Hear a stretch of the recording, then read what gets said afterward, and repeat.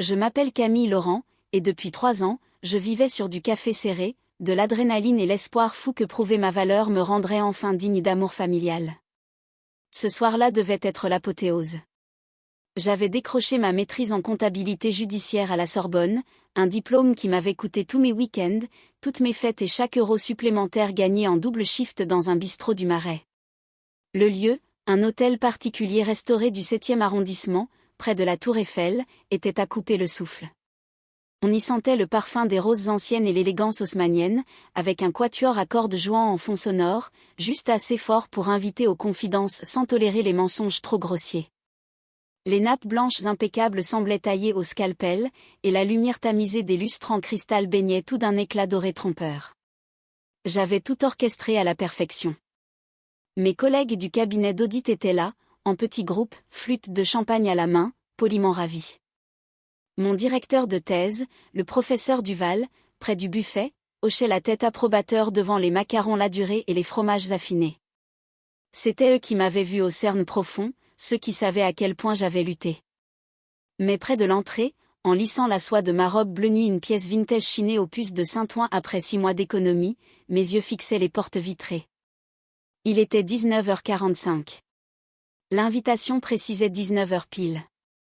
Mon estomac se nouait, un mélange acide d'effroi et d'attente. Je me disais qu'ils étaient coincés dans les embouteillages de la rue de Rivoli. Mais au fond, je connaissais la vérité, la ponctualité est une forme de respect, et mes parents, Henri et Sophie Laurent, ne m'en avaient jamais témoigné. Quand les portes s'ouvrirent enfin, l'air sembla se glacer de 10 degrés.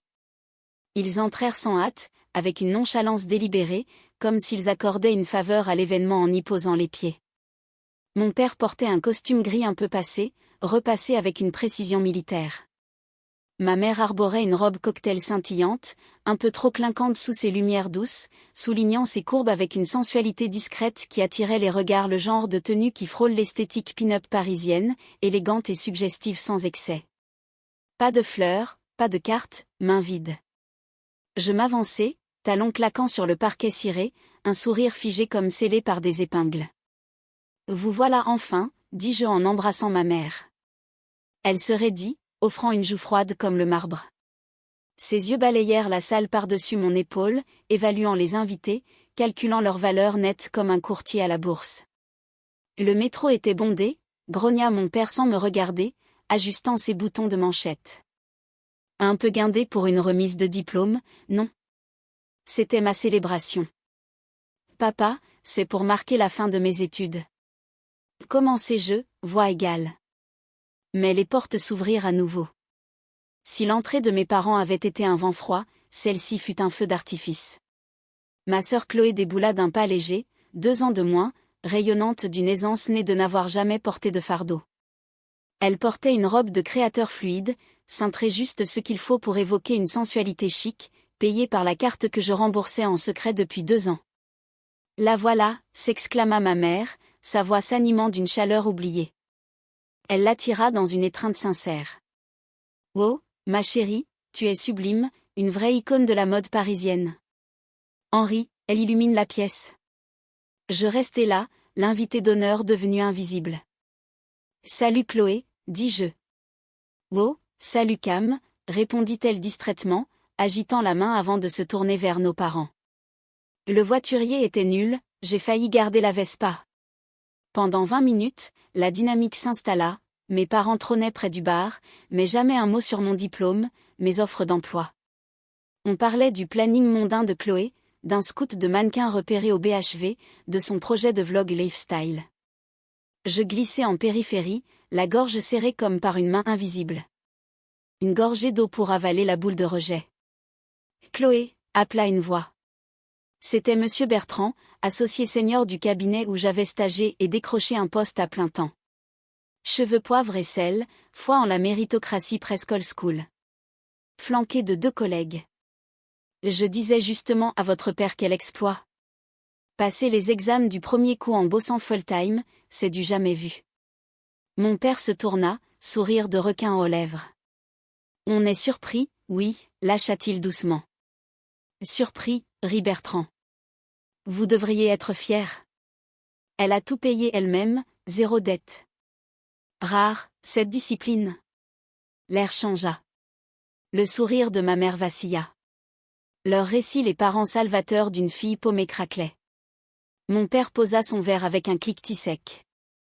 Elle a toujours su thésauriser, dit-il, voix forte couvrant les cordes. L'éducation, bien sûr. Mais se focaliser sur soi pendant que la famille sacrifie? Un peu égoïste, non? Le silence fut brutal. Bertrand cligna des yeux. L'autonomie est une vertu? Tenta-t-il. Il y a autonomie, coupa mon père, venin sucré, et négligence des racines. Ce soir, c'est son moment, mais gâchons pas avec sa faible contribution à ceux qui l'ont faite. Ma mère soupira, victime tragique. C'est bon Henri, on y est habitué. Camille est si, indépendante. Le mot sonnait comme traîtresse. Mon visage brûlait sous les regards gênés de mes collègues. J'aurais voulu lister chaque facture EDF, chaque prime d'assurance, chaque RATP que j'avais payé pour leur lumière et les robes de Chloé. Mais l'habitude de marcher sur des œufs l'emporta. Un toast, proposai-je, voix creuse. Je gagnai le centre, tintai ma flûte. La salle se tut. Je vis Bertrand inquiet, Chloé sur son faune, mes parents défiants. Ils voulaient que je craque, que je prouve l'instabilité qu'ils m'attribuaient. Merci à tous. Ce soir marque la fin d'un long chapitre. Merci à mes mentors qui ont cru en moi quand j'étais épuisé. À mes amis qui me forçaient à manger. Et à ma famille. Pause, regard direct, qui m'ont appris le vrai prix des choses. Mon père leva son verre en salut moqueur. Il pensait avoir gagné.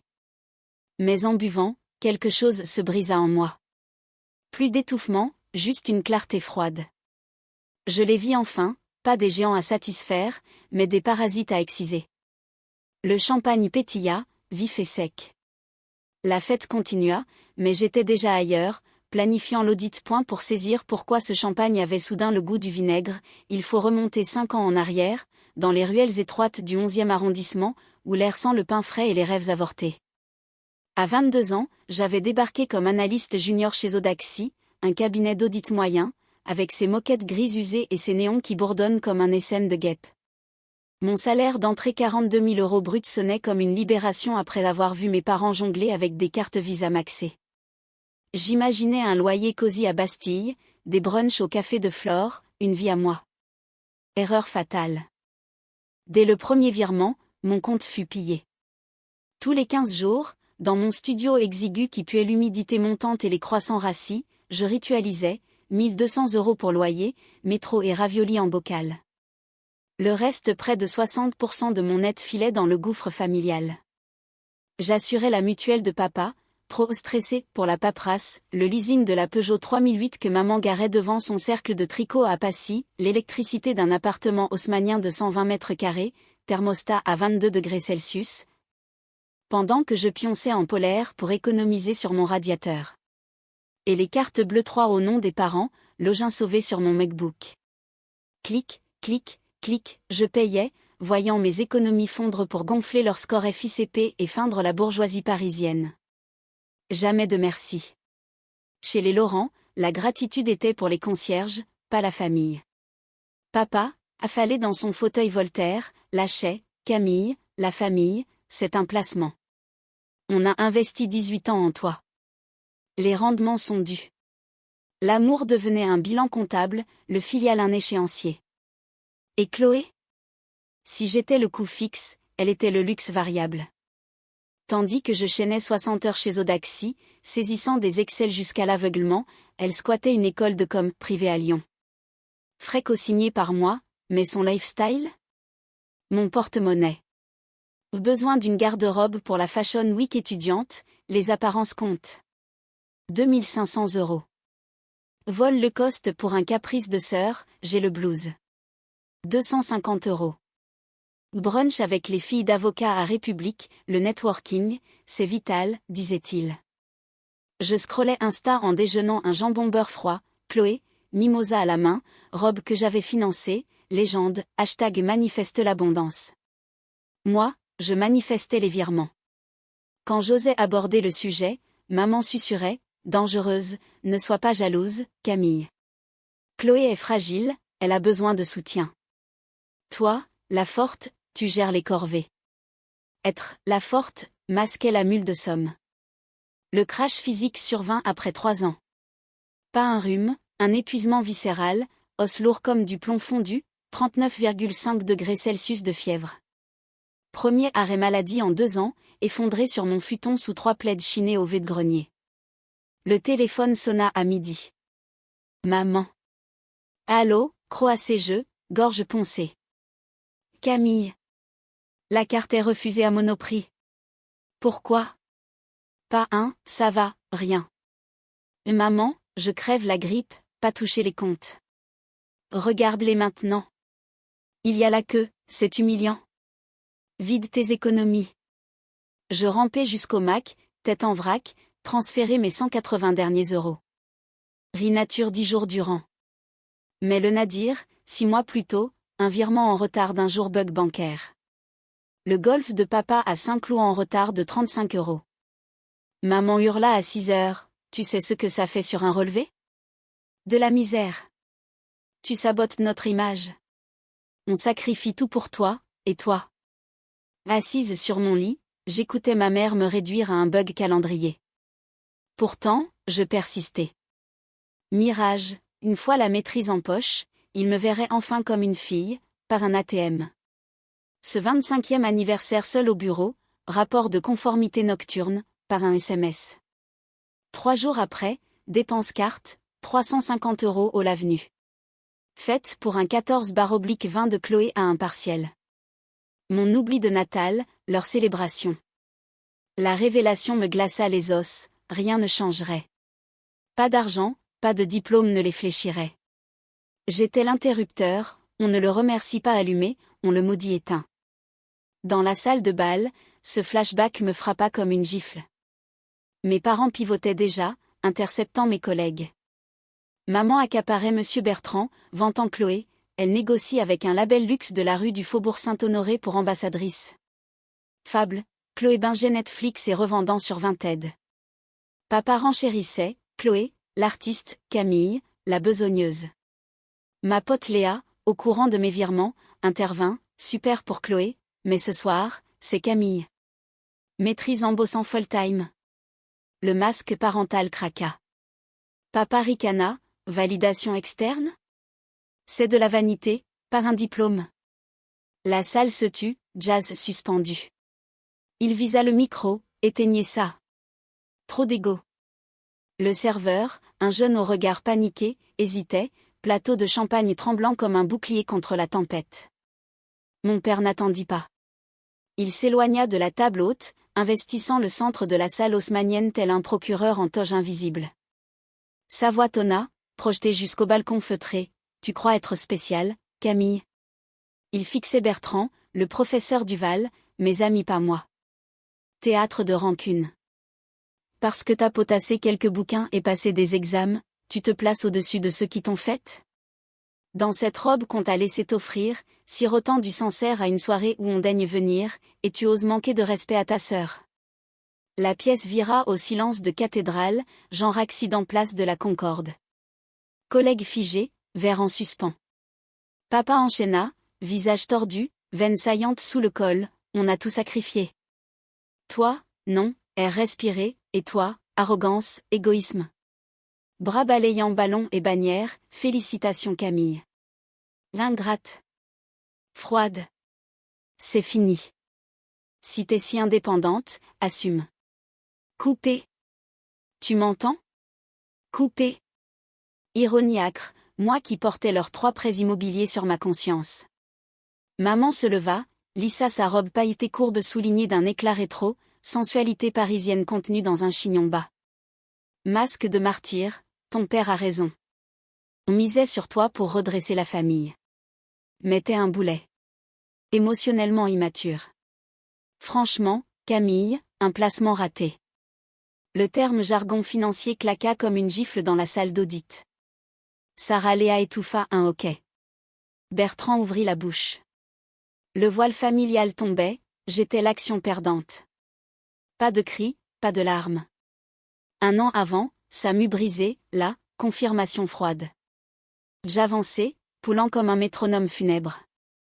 Placement raté, hein, répétai-je, laser dans la voix. Oui, un mauvais actif, cracha maman. D'accord. Question, qui paie le portefeuille? Papa ricana, insolente. On paie tout, toujours. Vraiment? L'hypothèque du 16e, payée d'un compte finissant 4099. Le mien. Leasing Fiat 500 de Chloé ce soir? Compte 2215, le mien. Mutuelle dont tu te vantes?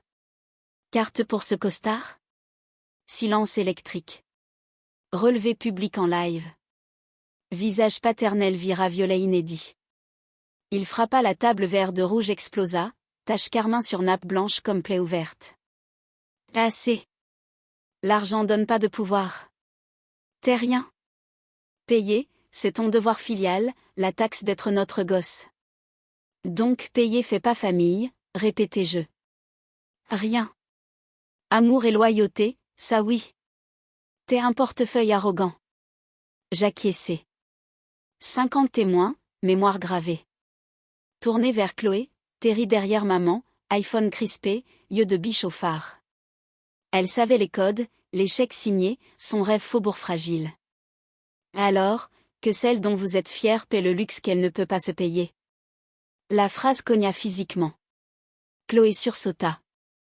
Maman porta la main à sa bouche laquée. 3 secondes d'apnée. Puis murmure, elle paie tout, la sœur bosse pas, des profiteurs. Papa sentit le vent tourner. Plus patriarche, juste squatteur démasqué. Rage incandescente, doigt tremblant vers la porte. Et dehors. Fini. T'es morte pour nous. Pas de fille, pigée. Maman siffla, Henri, tenta bras repoussés. Prends ton fric et va en enfer. Je le fixai, pas père, juste nabo enragé près d'un vin renversé, noyé dans son gâchis. Au revoir, Henri. Au revoir, Sophie. Pas maman papa.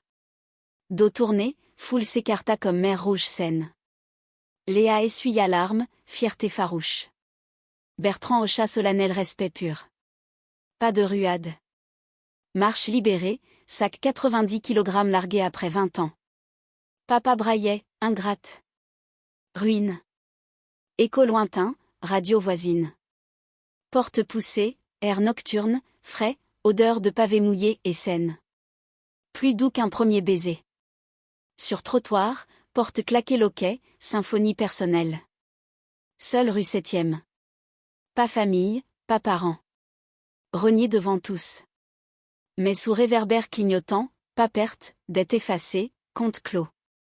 Libre d'être Camille Laurent. Des retour dans mon petit appartement du 5e arrondissement, près du Panthéon où les génies dorment sous la pluie fine, le silence n'était pas vide, il pesait d'un soulagement tangible, comme un piano à queue invisible soulevé du parquet ancien.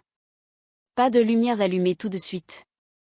Je restais dans l'entrée, écoutant le ronron du frigo et le murmure des klaxons sur le boulevard Saint-Michel. Mon iPhone vibrait furieusement dans ma pochette en velours, maman réalisant sans doute que son parachute venait de s'embraser. Je l'extirpai, l'éteignis sans un regard. Tant pour la précision chirurgicale plus tard. D'abord, le débriefing. Talons jetés n'importe où, pieds nus sur le carrelage frais, je filai au bureau encombré de livres de compta et de tasses à espresso vides. L'écran du MacBook s'illumina d'un bleu glacial sur mes mains. Pas de larmes, elles s'étaient évaporées quand papa avait nié ma filiation. Pleurer, c'était pour les espoitards. Moi, j'avais un plan d'action.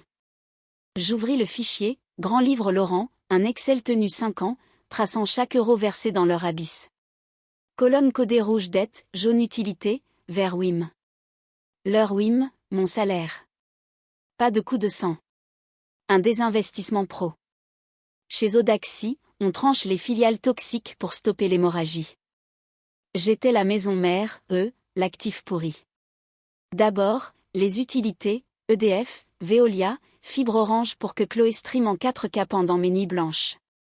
Compte au nom paternel pour son scoring Banque de France, mais autopaiement lié à mon RIB. Portail EDF, curseur sur supprimer moyen paiement. Clic, Veolia, clic. Orange, clic. Pas d'extinction, juste restitution de leurs responsabilités. Chef de famille? Qu'ils paient le trône. L'assurance, le gros morceau. 2 caisses pour eux, une Fiat pour Chloé, primes exorbitantes avec ses PV radars. Dashboard assureur, prélèvement 15 du mois, 480 €. Annulé, RIB viré du système. Formulaire standard, plus payeur autorisé, facturer le titulaire à son mail. Screenshot dans dossier, preuve. Carte Visa, piège incestueux. J'étais autorisé sur les leurs, que je payais, eux sur une mienne. Connexion croisée pour me coincer. D'abord, ma carte, révocation autorisation parentale. Bloqué. Leur carte, portail bancaire, retirer utilisateur autorisé. Clic final. Solde à 0 demain, mais ce soir, stop. Présimo 3, pour leur appartement pas si chic 2800 € au mois, mon fardeau secret. Portail banque, annulation domiciliation. Notification, payé manuellement ou saisi. Leasing Peugeot maman, Fiat Chloé, résilié, notification, retour véhicule sous 7 jours ou astreinte. Leur Golf Saint-Cloud, Club Passy, abonnement lié à ma carte Pro coupée.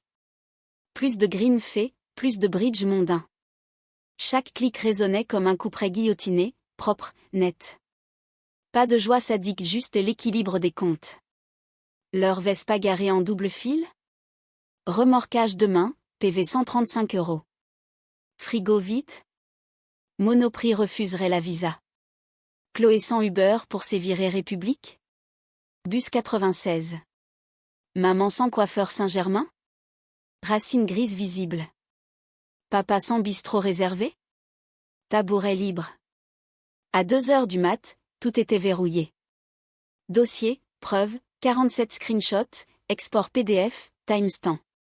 Preuve légale si escalade diffamation, abus de confiance, voire escroquerie familiale.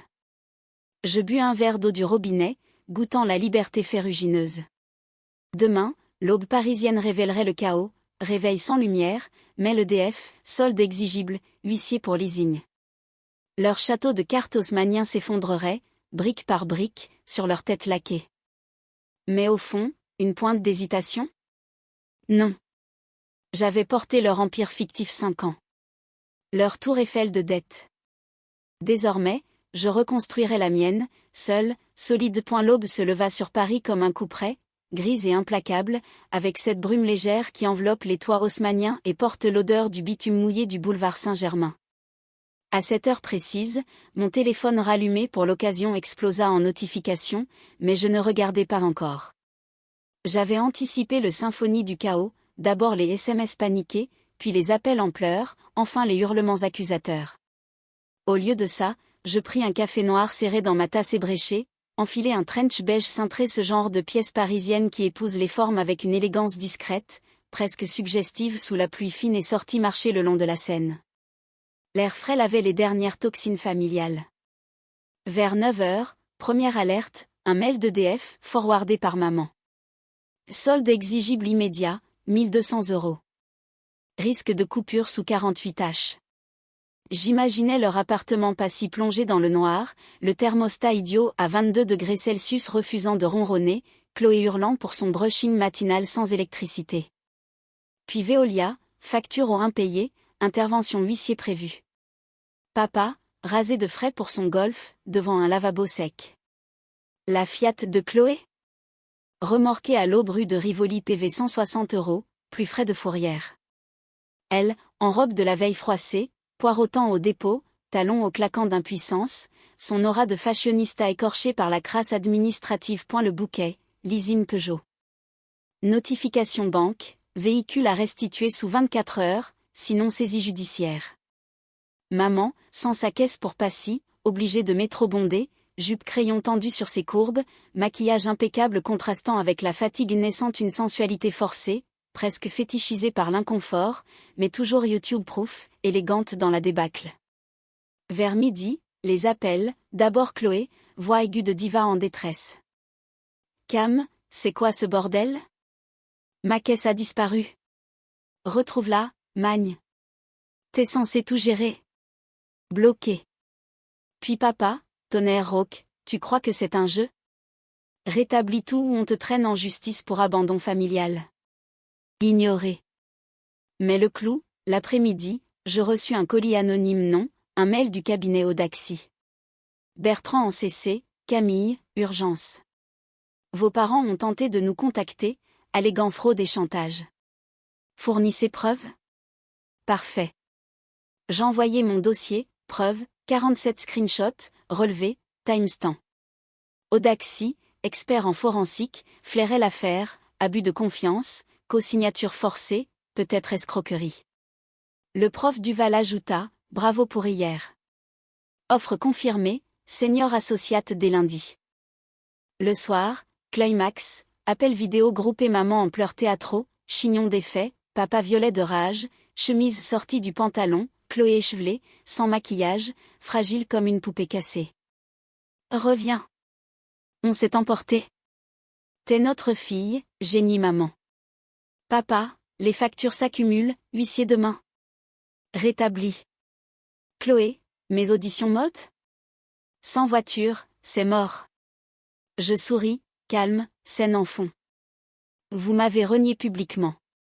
Placement raté, souviens-toi? J'ai équilibré les comptes. Abus de confiance? Audaxi enquête.